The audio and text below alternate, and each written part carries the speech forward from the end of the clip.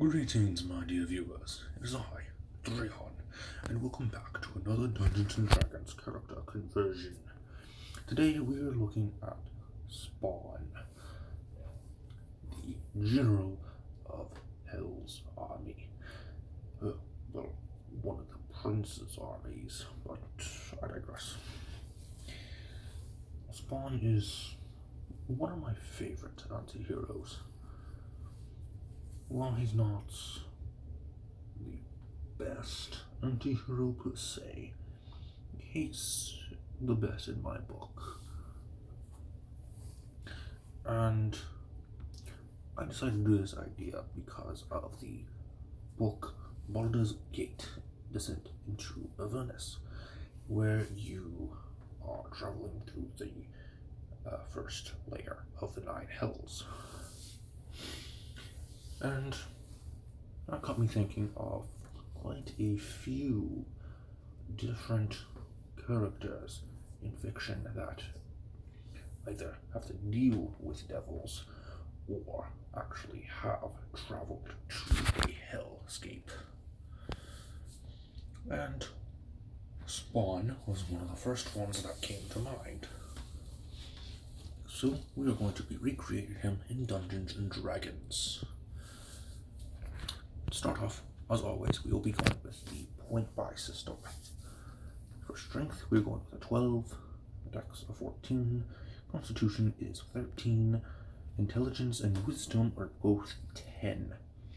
He did make a deal with one of the princes of hell. It's not actually smart of you for you to do that. And charisma is going to be a 14. For race, we're going with the Unearthed Arcana race, released in 2016, the Human Revenant.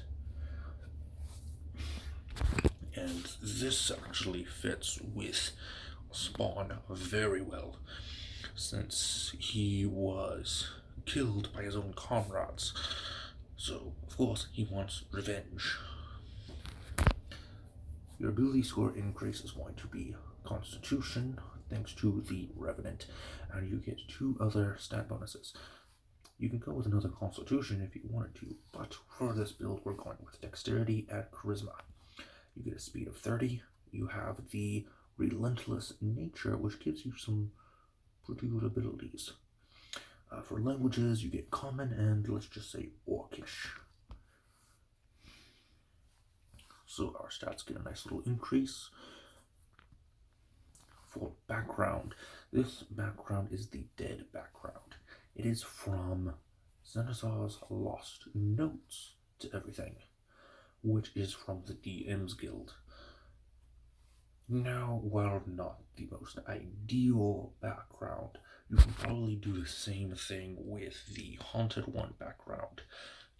But dead does certainly fit with Spawn, since he was brought back from the dead. Of course, as one of Hell's generals, but still brought back nonetheless. For skills, you grab History and Intimidation. Languages, you go with Elvish and Infernal. You also get Spirit Talk. As adjusted to characteristics, the characteristics seem to fit with Spawn's character, so I went ahead and got them. For class, we're going to start with Fighter. You get the normal perks. For skills, go ahead and grab Perception and Insight. For your fighting style, grab Close Quarters Shooter. Another Unearthed Arcana, but it's still pretty good. For our next level, we'll grab a level in Warlock. For your patron, grab Fiend, because you made a deal with one of the Dark Princes of Hell. You get the Dark One's Blessing and Pact Magic, which uses Charisma. For your level 2 fighter, you get Action Surge. Level 3 fighter, grab the Martial Archetype Renegade. This is going to be one of my favorite archetypes now. Scoundrel Wit and Gunfighter form, grab Sniper. You also get a firearm upgrade. Grab collateral damage. Your save DC is going to be using Charisma. A level 2 Warlock, you get some Eldritch Invocations. Grab Armor of Shadows and Grasp of Hadar.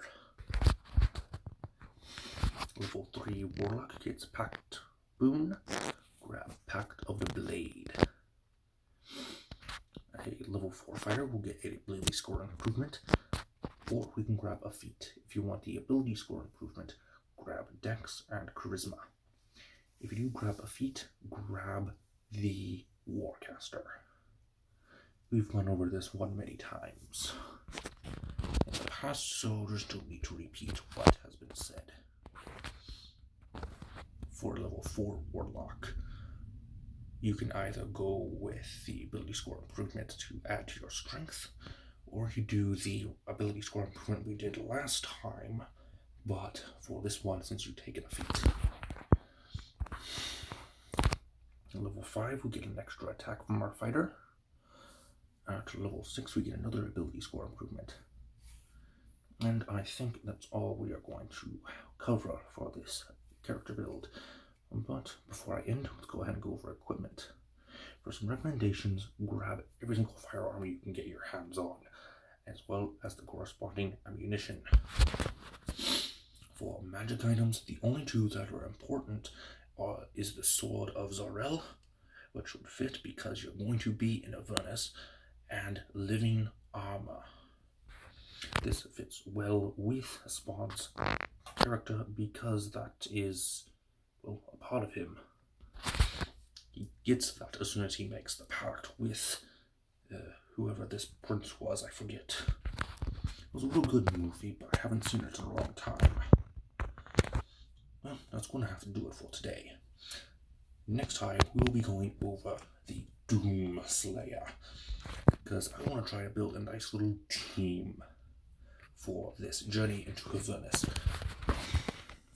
So until next time, this has been Dreon, and I am offline.